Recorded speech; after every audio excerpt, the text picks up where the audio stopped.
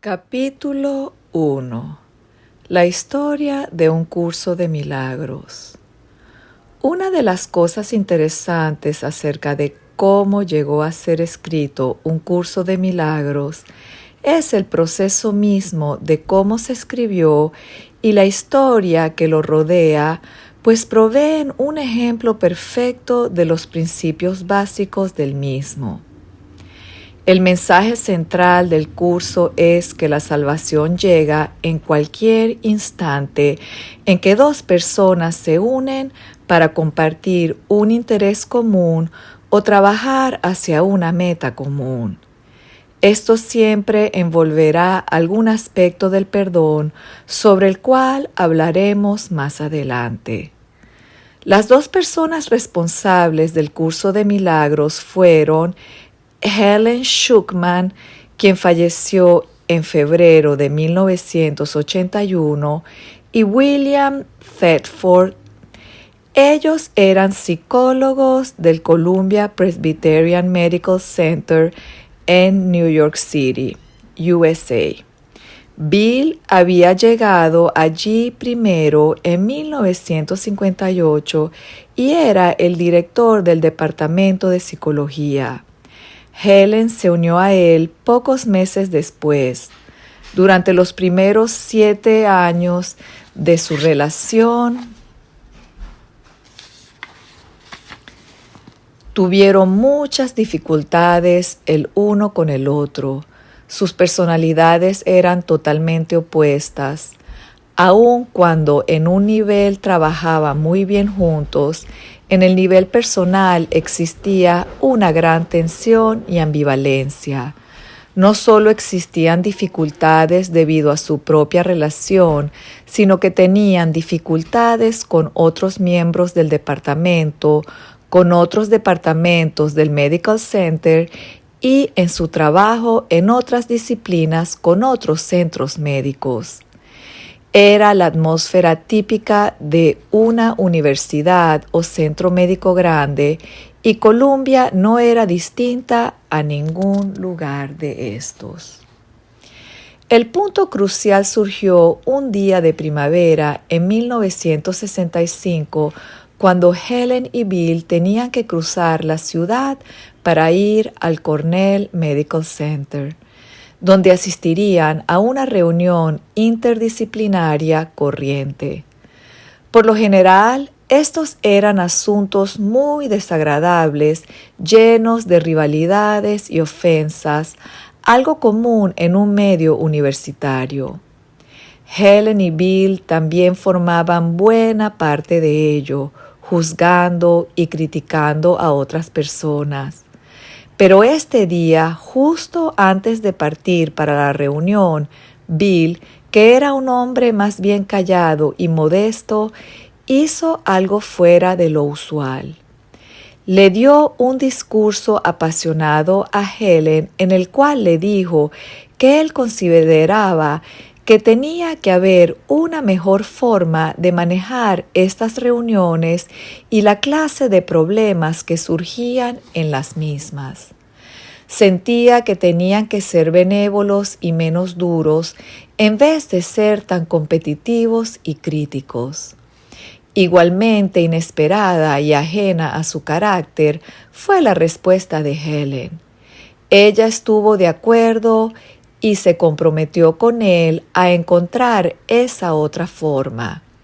Este acuerdo no iba con la manera de ser de ellos, pues tendía más bien a criticarse que a aceptarse mutuamente. El unirse fue un ejemplo de lo que el curso llama un instante santo. Y, como dije al principio, el instante santo es el medio hacia la salvación.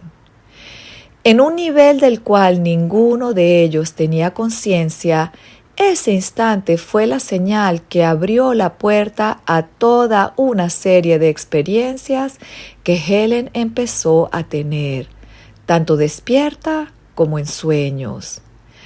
Mencionaré algunas de ellas, las cuales tienen tanto una fuerte naturaleza psíquica como un fuerte aspecto religioso, puesto que la figura de Jesús empieza a aparecer progresivamente en forma regular. Lo que hacía de esto algo inesperado era la posición que Helen había adoptado en ese momento de su vida.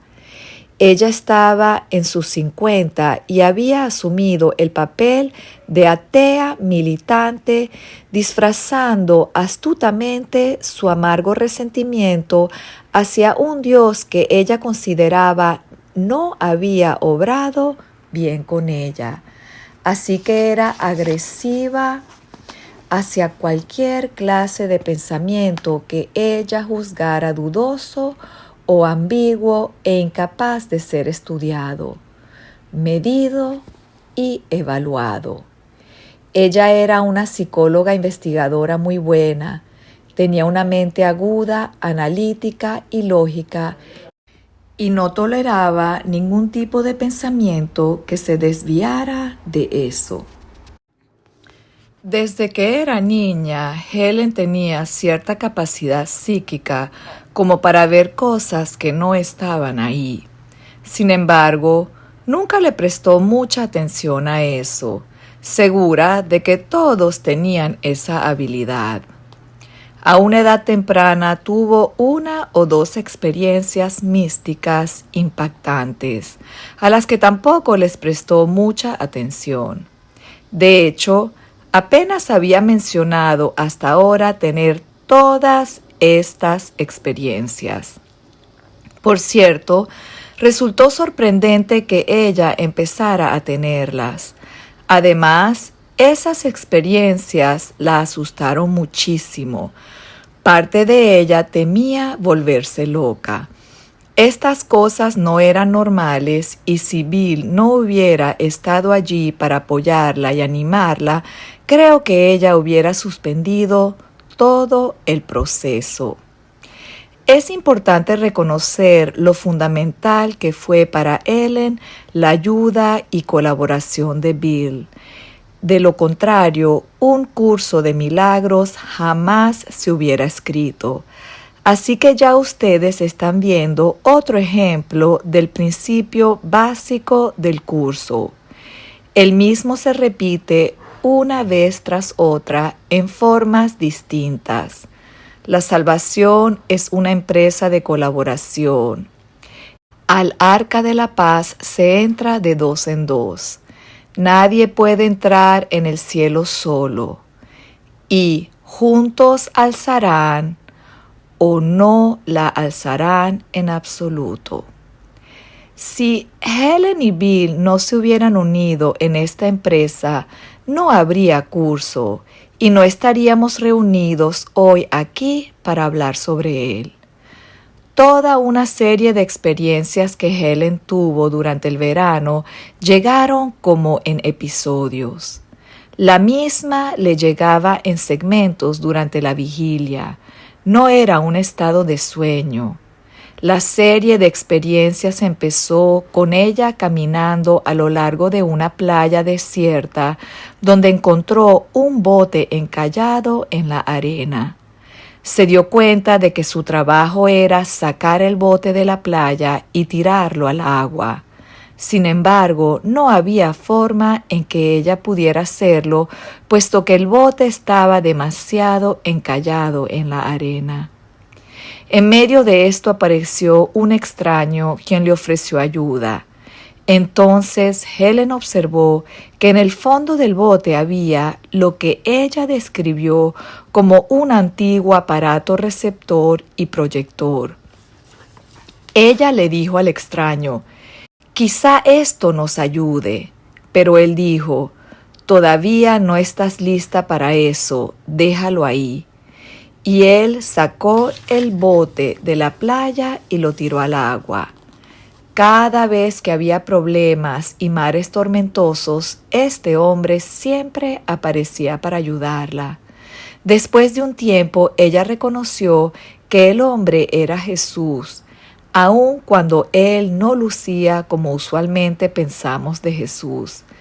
Siempre estaba cerca para ayudarla cuando las cosas se ponían difíciles.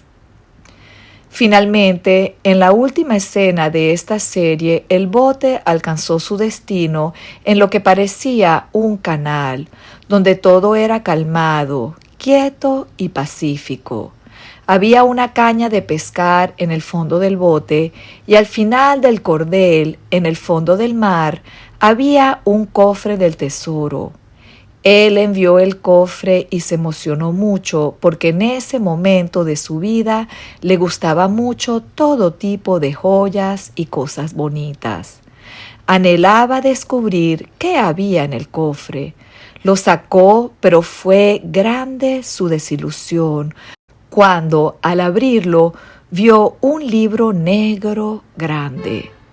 Eso era todo lo que había allí. En el lomo del libro estaba escrito el nombre Aesculapius, el dios griego de la sanación. Ellen no reconoció el nombre en ese momento. Fue solo años después, cuando el curso se había escrito a máquina y se había puesto en carpetas para tesis, cuando ella y Bill se dieron cuenta de que lucía exactamente como el libro que ella había encontrado en el cofre del tesoro. Ella miró el cofre del tesoro nuevamente y esta vez él mismo tenía un collar de perlas a su alrededor. Unos días más tarde, tuvo un sueño en el que una cigüeña volaba sobre algunas poblaciones y en su pico llevaba un libro negro con una cruz dorada encima. Una voz le dijo: «Este es tu libro». Esto fue justo antes de que el curso llegara.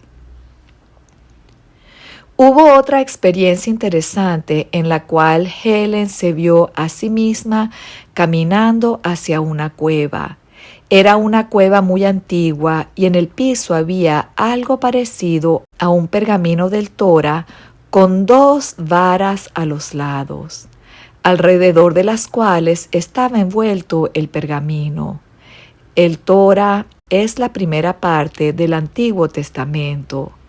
Era muy antiguo, tanto que cuando se le desintegró, ella miró el pergamino, lo desenrolló y en el cuadro central estaban las palabras: Dios es. Ella pensó que era muy bonito, luego lo desenrolló un poquito más y había un panel en blanco a la izquierda y otro panel en blanco a la derecha. Y esta voz le dijo: si miras a la izquierda, podrás leer todo lo que ha sucedido en el pasado, y si miras a la derecha, podrás leer todo lo que sucederá en el futuro.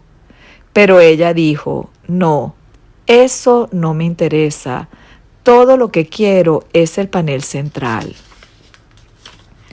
Así que Ellen enrolló nuevamente el pergamino para que lo único que se viera fueran las palabras: Dios es.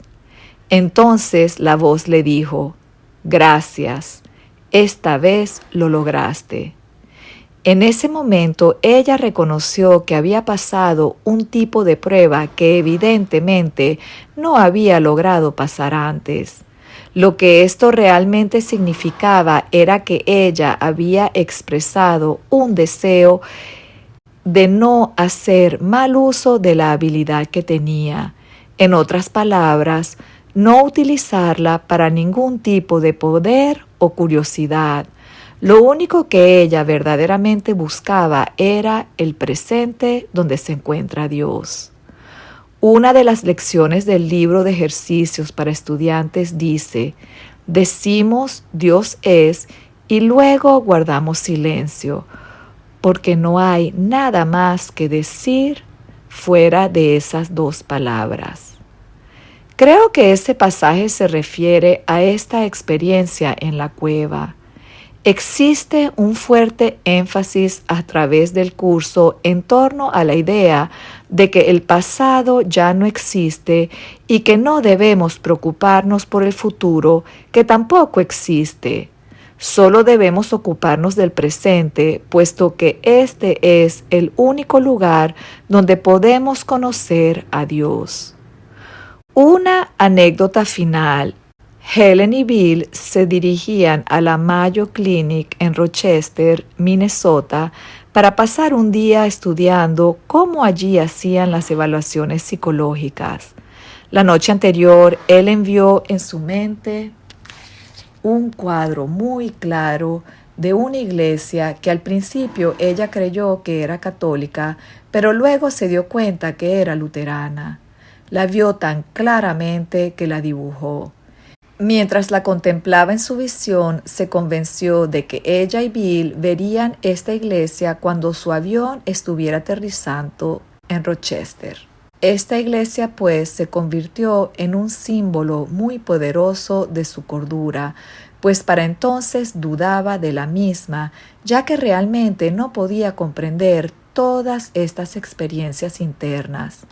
Ella sentía que si podía ver la iglesia, esto le aseguraría que no estaba loca.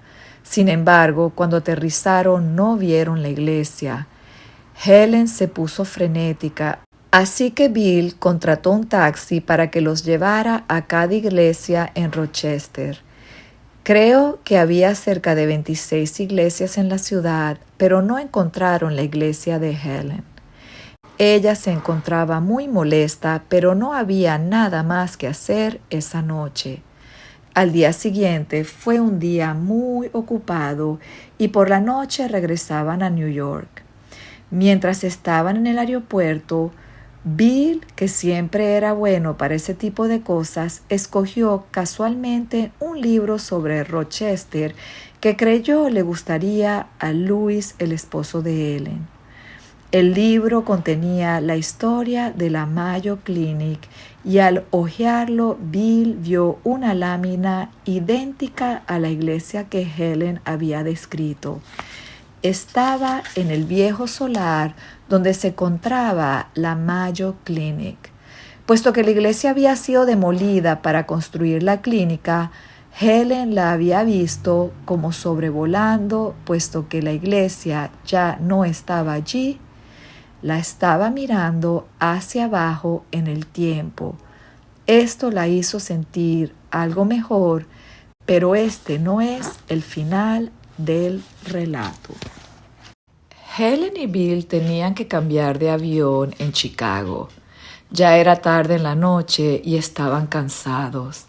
Estaban sentados en el aeropuerto cuando Helen vio a una mujer sentada frente al área de espera, ocupada en algo. Helen captó que la mujer estaba muy inquieta, aun cuando no había señales externas al respecto. Se dirigió a la mujer, algo que normalmente no hubiera hecho, pero que realmente sintió el impulso de hacer. Justamente la mujer estaba muy inquieta. Acababa de abandonar a su esposo e hijos y se iba a Nueva York, donde nunca había estado antes. Tenía solo $300 que iba a usar para alojarse en Nueva York y además estaba aterrorizada porque jamás lo había volado. Helen le ofreció su amistad y la llevó donde se encontraba Bill y juntos la cuidaron en el avión. Ella se sentó entre los dos y le contó a Helen que planeaba alojarse en la iglesia luterana, puesto que ella era luterana. Entonces Helen escuchó una voz interna: y esta es mi verdadera iglesia. Helen comprendió que lo que Jesús quería decir era que una verdadera iglesia no es un edificio, sino ayudar y unirnos a otra persona. Cuando llegaron a Nueva York, Helen y Bill alojaron a su nueva amiga en un hotel. Durante los siguientes días, curiosamente, se encontraban continuamente al azar. Creo que Bill se la encontró una vez en Bloomingdale's, un gran almacén en Nueva York. Helen la invitó a cenar una o dos veces. Eventualmente, la mujer regresó a su familia, pero se mantuvo en contacto con Helen, enviándole tarjetas de Navidad, etc. Una vez llamó a Helen mientras yo estaba en casa de esta. La historia es importante para demostrar que no es el fenómeno psíquico en sí lo que importa, sino más bien el propósito espiritual detrás de él. En este caso, el de ayudar a otra persona. Un día, a mediados de octubre, Helen le dijo a Bill: "Creo que haré algo muy inesperado". En ese momento, Bill le sugirió que consiguiera una libreta y escribiera todas las cosas que pensara o escuchara, o cualquier sueño que tuviera. Helen empezó a hacerlo así. Ella sabía taquigrafía y podía escribir muy rápido. Una noche, un par de semanas después, escuchó que esta voz le decía: "Este es un curso de milagros. Por favor, toma notas". Le dio tal pánico que llamó a Bill por teléfono y le dijo: "Esta voz sigue diciéndome estas palabras. ¿Qué hago?". Bill dijo algo por lo cual generaciones futuras lo llamarán bendito. Él dijo: "¿Por qué no haces lo que dice la voz?". Helen lo hizo. Empezó a tomar dictado que 7 años más tarde terminó como los 3 libros que ahora tenemos, llamados Un curso de milagros. La experiencia de Helen con la voz era como la de una grabadora interna. Ella podía conectar y desconectar la voz a su antojo. Sin embargo, no la podía desconectar por mucho tiempo porque se ponía inquieta. Ella podía escribir lo que la voz decía aun cuando ésta hablaba muy rápidamente. Así que la taquigrafía de Helen fue muy útil. Esto lo hacía plenamente consciente. No era escritura automática, no estaba bajo trance o algo semejante.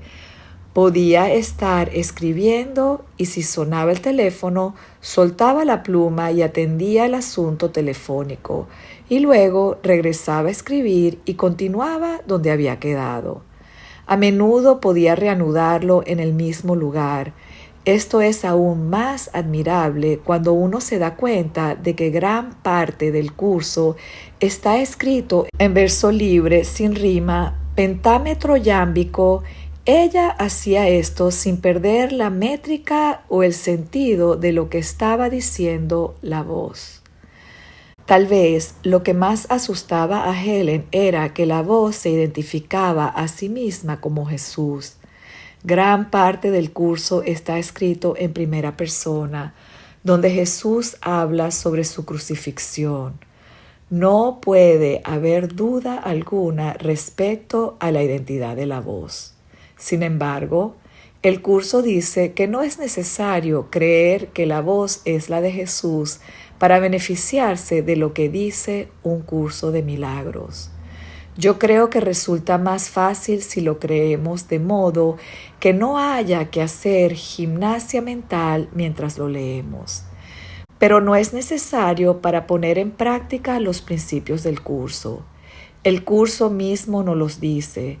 Hay una sección sobre Jesús en el manual para maestros donde dice que no es necesario aceptar a Jesús en nuestras vidas, pero que Él nos ayudará más si se lo permitimos.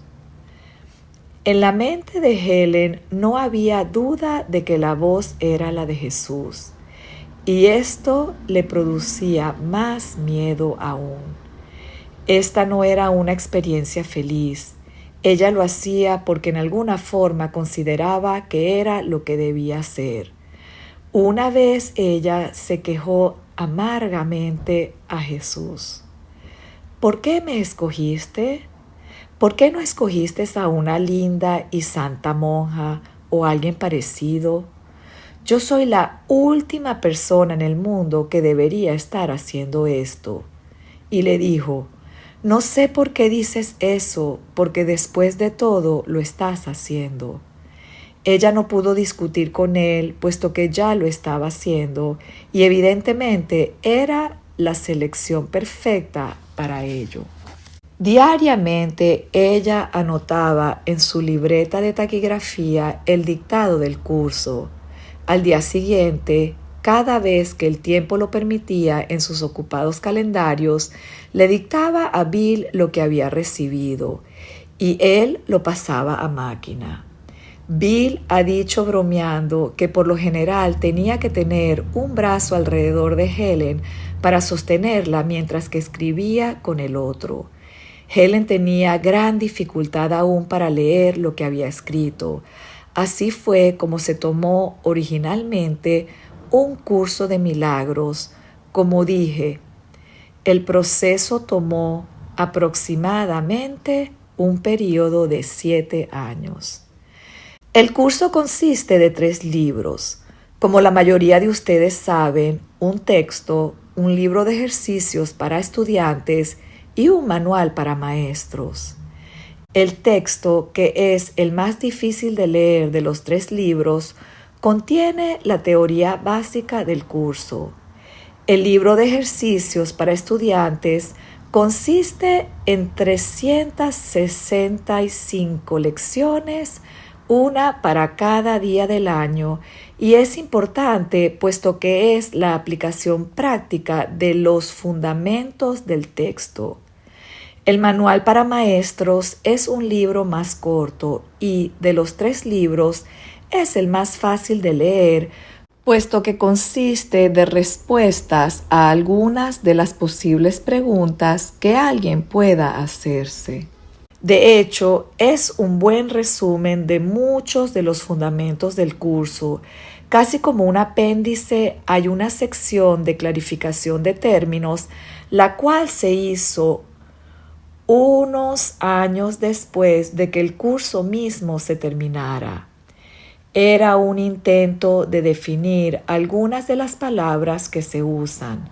Sin embargo, si tú sabes lo que significan las palabras, el leer esa sección no te ayudará, pero contiene algunos pasajes muy hermosos. Helen y Bill no hicieron correcciones. Los libros, tal como ustedes los tienen ahora, están esencialmente en la forma como fueron transmitidos. Los únicos cambios básicos se debieron a que como el texto vino directamente, no estaba dividido en secciones ni capítulos. Tampoco se dio ninguna puntuación ni párrafos.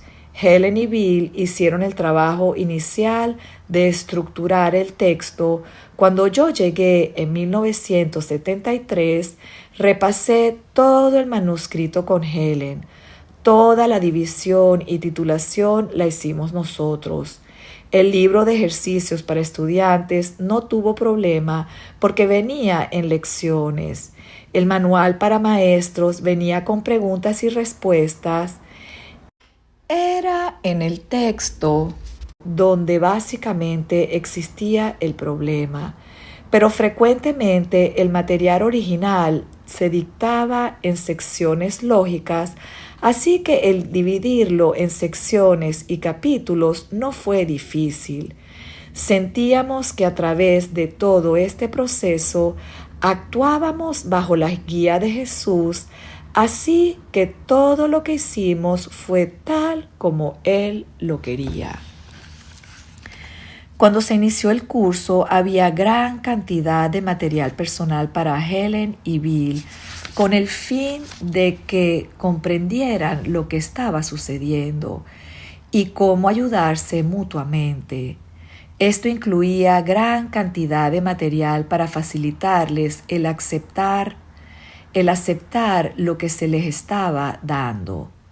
Puesto que Helen y Bill eran psicólogos, había material sobre Freud y otros para ayudarlos a cubrir el vacío entre lo que ellos conocían y lo que el curso decía. Jesús les pidió, por razones obvias, que sacaran este material puesto que no era pertinente a la enseñanza básica del curso. El único problema que surgió fue que estilísticamente dejaba algunos vacíos. Así que algunas veces agregamos una o dos frases, no por contenido, sino solo para ayudar a suavizar una transición. Esto sucedió solo al principio. El estilo de los primeros 4 capítulos siempre fue un problema para nosotros. Son algunas de las partes más difíciles de leer. Creo que esto se debió a que se sacó el material personal, lo que hizo su lectura algo abrupta. Tratamos de hacer lo mejor para suavizarla. También Helen estaba tan aterrorizada al principio sobre lo que estaba sucediendo que aun cuando su oído no estaba impedido en cuanto al significado de lo que se decía, el estilo y la fraseología frecuentemente lo estaban. Por ejemplo, justo al principio, las palabras Espíritu Santo por lo general no se utilizaban. Helen le temía tanto a esa expresión que Jesús utilizó la frase ojo espiritual. Más tarde, esto se reemplazó con el Espíritu Santo, tal vez como Jesús instruyó. Por lo general, la palabra Cristo tampoco se utilizaba al principio, por la misma razón, pero más tarde se dictó. Pero después del primer o segundo mes, Helen se tranquilizó un poco más y del 5º capítulo en adelante, virtualmente el curso es tal como le fue dado. Tampoco se incluyeron las mayúsculas. Helen tenía la tendencia de poner en mayúscula cualquier palabra remotamente asociada con Dios. Ese fue el veneno de mi existencia.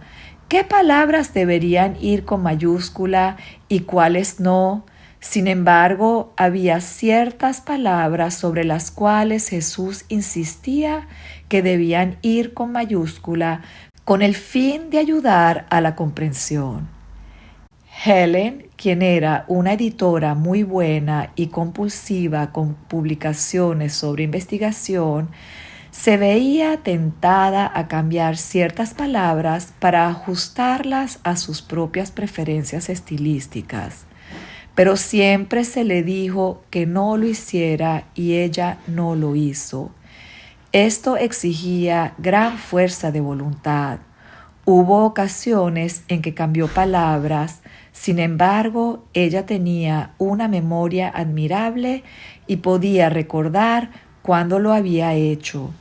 Encontraba 200 o 300 páginas más adelante que la razón por la cual una palabra específica había sido escogida era porque se haría referencia a la misma más adelante. Así que siempre volvía atrás y cambiaba la palabra que ella misma había cambiado. Un amigo mutuo, sacerdote psicólogo, que hizo parte de su entrenamiento bajo la guía de Helen y Bill, sabía algo acerca del curso. Él y yo nos habíamos hecho amigos ese otoño. En ese momento yo estaba camino a Israel y justo antes de irme, él insistió en que conociera estos 2 amigos suyos. Estuvimos una noche juntos y se mencionó algo acerca de este libro sobre espiritualidad que Helen había escrito. Sin embargo, no se dijo nada más sobre qué era o de dónde provenía. Nos reunimos en el apartamento de Bill y lo recuerdo señalando hacia la esquina donde había una pila de 7 carpetas grandes para tesis que contenían el curso. En ese momento yo no llevaba para Israel prácticamente nada y verdaderamente no creí que debía cargar con ese volumen. Pero quedé muy intrigado con lo que ellos dijeron, aunque ellos habían dicho muy poco. Esa noche estuve con el sacerdote, quien me dijo que tenía una copia de ese libro si yo quería verla. Sentí fuertemente que no debía hacerlo entonces, pero durante todo el tiempo que estuve en Israel, la pasé pensando en el libro. Yo le había escrito una carta a Helen diciéndole que estaba interesado en ver su libro cuando regresara. Más tarde ella me dijo que yo había escrito la palabra libro con L mayúscula. Yo no estaba consciente de haberlo hecho. El poner mayúscula no es algo que hago comúnmente, pero evidentemente lo hice entonces. Como dije, todo el tiempo que estuve en Israel me mantuve pensando en este libro y pensé que había algo importante para mí en él. Regresé en la primavera de 1973 con la única intención en ese momento de dedicarle algún tiempo a mi familia, amigos y luego regresar a Israel para quedarme en un monasterio por tiempo indefinido. Pero estaba muy interesado en ver este libro y me aseguré de ir a ver a Helen y a Bill. Desde el momento en que lo vi, cambié todos mis planes y decidí quedarme en Nueva York. Desde mi punto de vista, un curso de milagro es lo mejor que he visto como integración de psicología y espiritualidad. En ese momento yo no sabía realmente que en mi vida espiritual faltaba algo, pero cuando vi el curso me di cuenta de que sin duda eso era lo que yo estaba buscando. Así que cuando uno encuentra lo que ha estado buscando, uno se queda con ello. Una de las cosas importantes que debe saberse acerca del curso es que es explícito en que no es el único camino al cielo. Al principio del manual para maestros dice que esta es solo una forma del curso universal, entre miles. Un curso de milagros no es para toda la gente y sería un error pensar que lo es. Nada es para todo el mundo. Creo que es muy importante que haya sido presentado al mundo, pero no es para todos.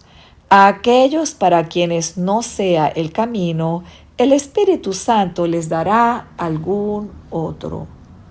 Sería un error para una persona luchar con el curso si realmente no se siente cómoda con él y luego sentir que él o ella ha sido un fracaso.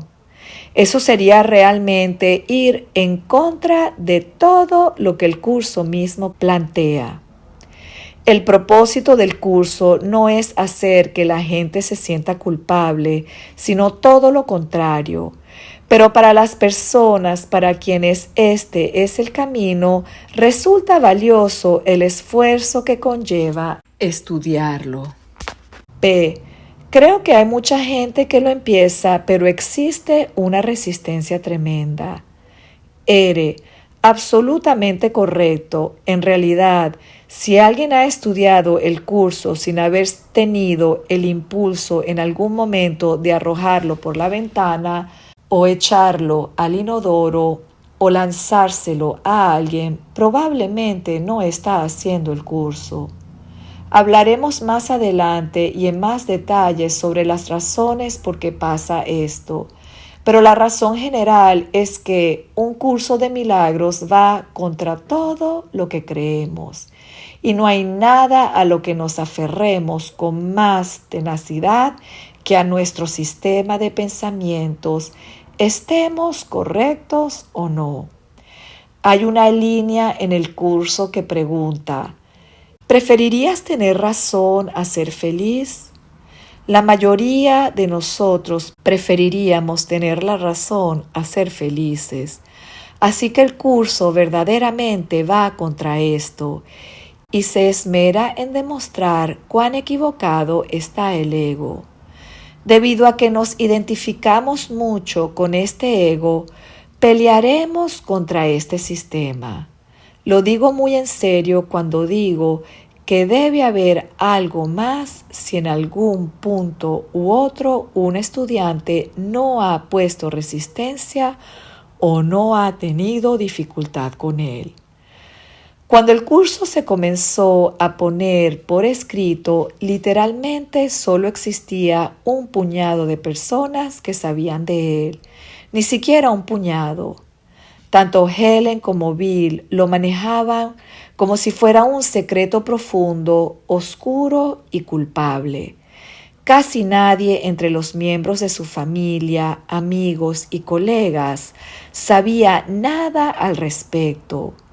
Como parte del plan, justo antes de que comenzara a surgir el curso, a Helen y a Bill les asignaron unas oficinas apartadas y privadas.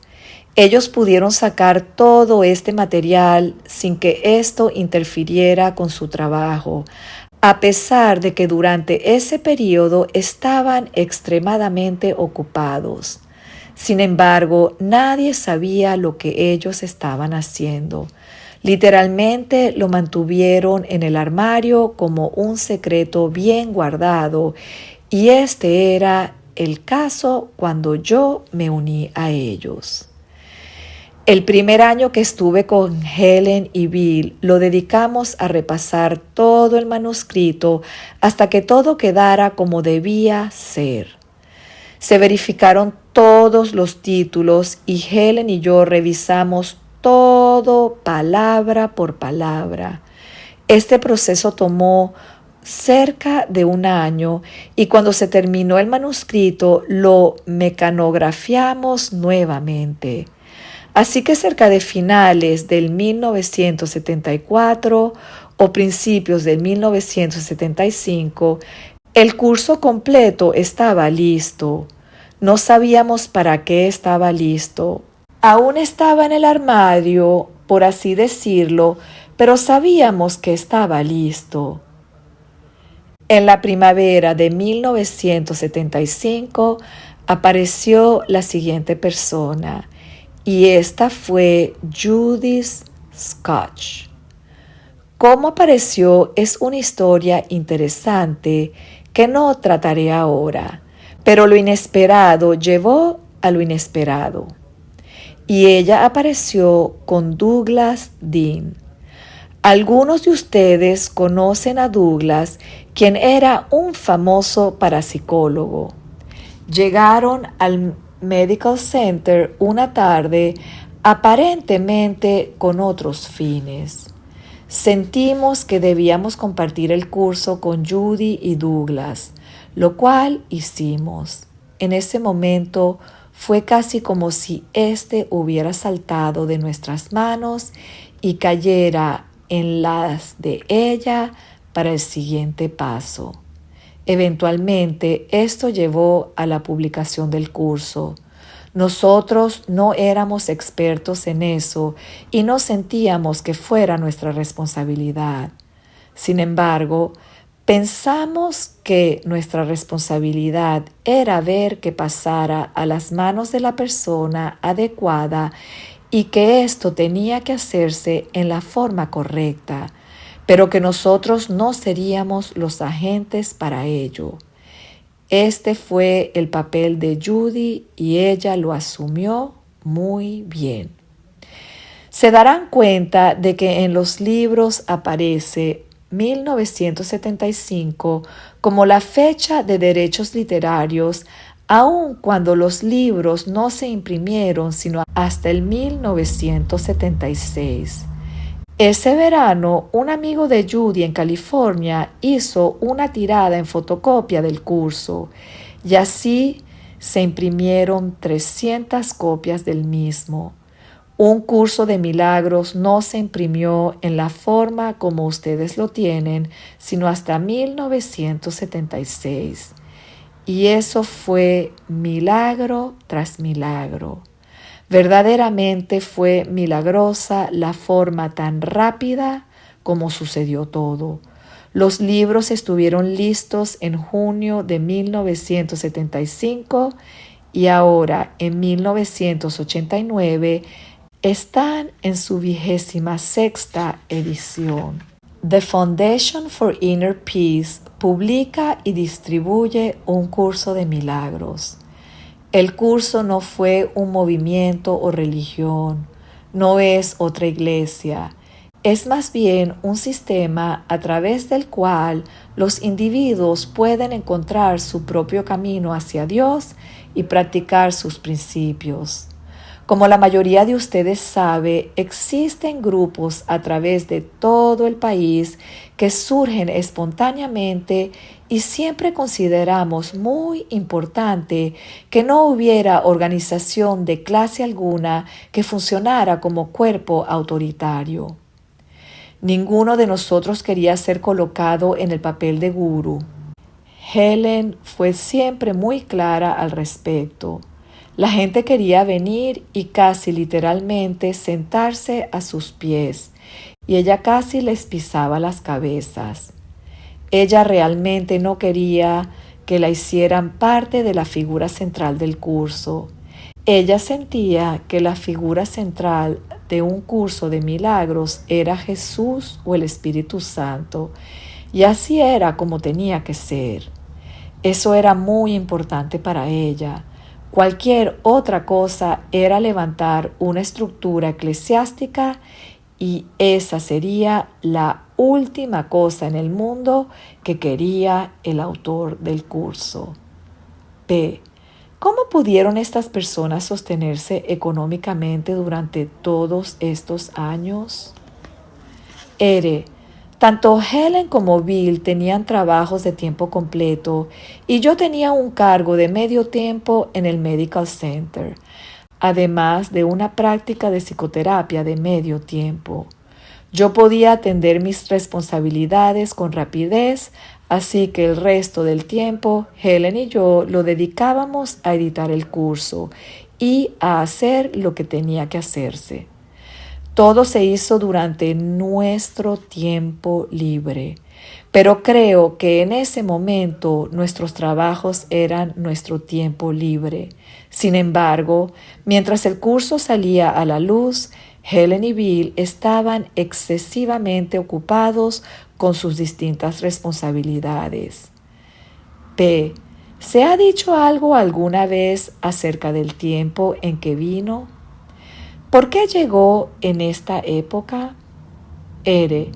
Sí, al principio del dictado se le dio una explicación a Helen sobre lo que estaba sucediendo. Se le dijo que había un apuro celestial.